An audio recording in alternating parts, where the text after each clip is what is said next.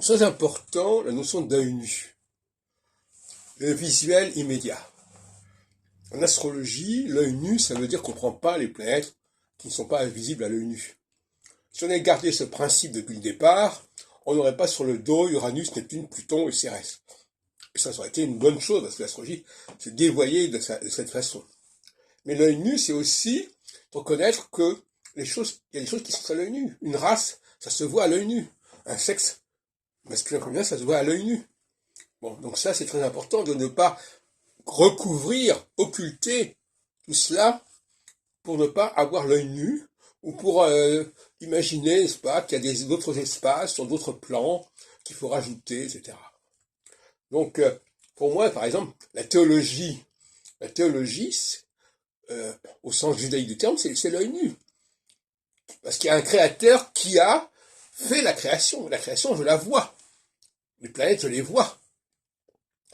Et les juifs qui sont au service de ce plan, on les voit.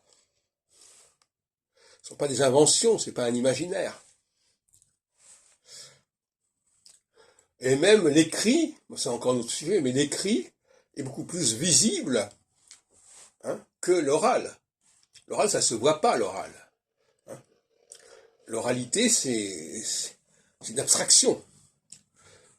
Et c'est pour ça que je dis que le français est une langue écrite.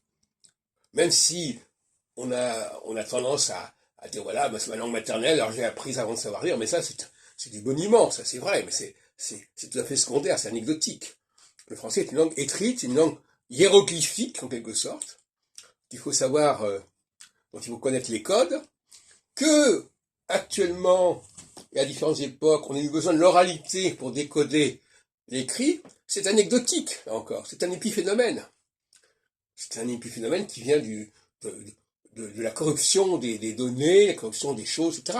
Mais globalement, le principe, c'est on reçoit un écrit, on a des codes pour le lire, et par exemple le tétragramme, c'est ça, le tétragramme, pour le lire, il faut avoir des codes. Et ces codes, si on les reçoit, on peut lire le texte, le faire vivre, et si on ne les reçoit pas, ça ne marche pas.